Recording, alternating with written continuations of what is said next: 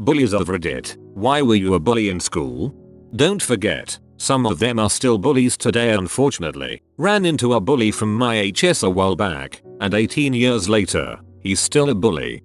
Facebook has proven to me that my old bullies are still total buttholes. A few have found Jesus and think that posting Bible quotes means that they no longer need to remember throwing garbage and insults.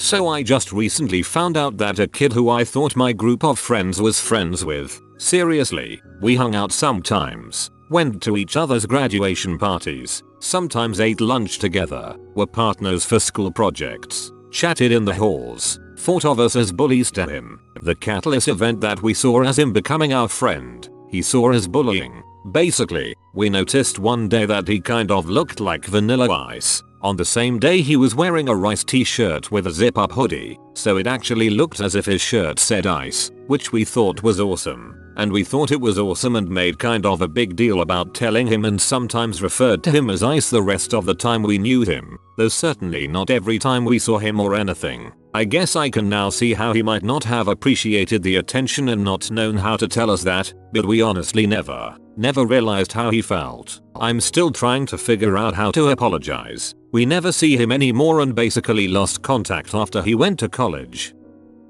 I don't have access to it right now, but I remember reading a social science study that was organized around how people rallied together for causes, or what got them kind of up in arms. They gave people positive and negative things to respond to either individually or in groups, and the opportunity to take action. It basically showed me why the world is so hateful. When there was something that they could support positively, people cared very little. They didn't do much to support it, and they were not motivated to rally together. When there was something they could be against, something they could hate, they were crazy motivated to talk about it, do things about it, spread the word and group together against it. This kind of group motivation is really powerful. If one person can say this guy sucks, let's be jerks to him for some kind of reason that I say, they're more likely to have people be like you than if they were being kind to someone, or developing healthy friendships. I'm sure that instant gratification and group of followers gives a big confidence boost for the initial bully, and when there are others they're generally just pulled along for the ride because of how our brains work. Please find it as soon as possible, I'd be really interested to read that.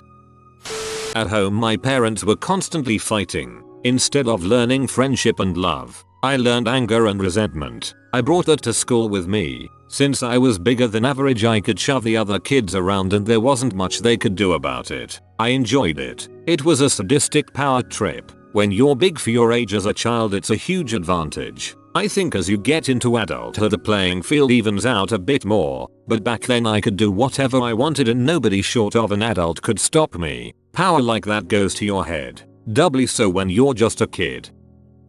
I was little and it was just fun, and I knew if I was picking on someone I wasn't going to be the next guy people decided to pick on. I wasn't a hardcore bully though, so I'm sure other people have more reasoning, but for the short time I spent doing it there wasn't much reason. I was secretly gay, totally insecure about it, had a sharp sense of humor and found that if I used it preemptively against others, they didn't have time to examine me or my insecurities. That sounds like the guy who used to call me and my nerd friends F all the time and generally make our lives heck in middle school. We looked him up on Facebook recently and, yup, he is now flamboyantly gay these days. As someone who was bullied from time to time, maybe I could shed some light. When I was about 5-6 there was this kid named Anto in our school. Now Anto was a big guy, for a 6-year-old anyway, so Anto used to play with me. This consisted of us playing wrestling, skinny little me versus big ol' Anto. I never used to agree to it but he would force me and beat the living crap out of me by sitting on me, punching me, pulling my hair, you name it. Throughout elementary school I would try to distance myself from him. Fast forward to senior year of high school, Anto and I get assigned to the same class. We both started talking a bit and he had totally changed. After he opened up a bit I asked him about how he used to bully me and he said he never really realized what he did was wrong. He thought it was all fine. Only now after thinking back on it did he realize he had been bullying me. Now Anto and I take college classes together and we get along pretty good. When he's not looking, knife him, you'll be even. I honestly never realized how mean I was in school until years later. I wanted people to think I was funny. I never meant to hurt the feelings of those I bullied. I thought they all took it as a great joke. A few times, when my friends pointed out how mean I was being, I stopped. Maybe this isn't true of all bullies, but man, I'm glad people pointed my bullying out to me. As a spokesman for all the clueless bullies, we're sorry. This reminds me of that 30 Rock episode where Lemon is going to her reunion. She thinks everyone ignored her because she was just a nerd, but it turns out she always told those mean jokes and she was actually a huge bully, without being aware of it at all. I was one of these bullies who said nasty things about people. I'd always try and do it in a funny way, but some of the stuff I said was downright horrible. Didn't realize quite how vile I was until I was older, and looking back at how I acted just makes me cringe hard. I suppose the main reason I did it was a lack of self-confidence. I'd be mean to other people to deflect the attention from myself, because I always saw myself as a pretty big target for other bullies. It's sad but true. I was a coward and a horrible pig. But I like to think I'm better now. I try and stick up for the underdogs and hope they have my back too. Never thought of it as bullying. Never thought I was a bully. Having been at both sides of the same sort of situation, I should have seen it in myself. I was young and arrogant.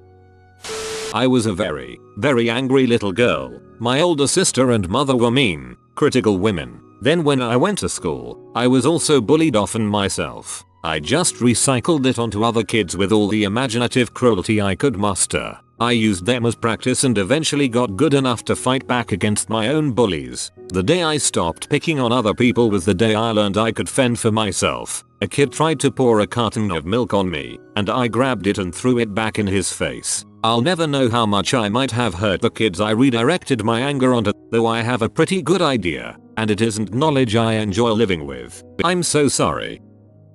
Reddit. I have to begin by saying I am really goddamn sorry. In preschool, I punched a girl in the stomach when we were collecting our coats and shoes because she asked politely to play with me and my friend. She was crying, but I didn't feel all that much remorse. She was a gypsy, and I had just been put into the public system while listening to my dad rave about how the gyppers are ruining our country. I see her when I visit my hometown, and there are not enough words to express the shame I feel when I have to look down because I can't let my eyes meet hers. Freaking heck, Dad. Blaming you for this one. Why does everyone feel inclined to comment on how they weren't a bully and that they were some kind of hero? I would like to hear from the people the question was addressed to, please. Probably because most people don't like to out themselves as in butthole. It was a way to distract everyone from the fact that I was gay. At the time I thought I was just having fun, but now I know I didn't want anyone to realize I never had a girlfriend, never had dates and couldn't stop staring at the guys during basketball, wrestling, football, track practice.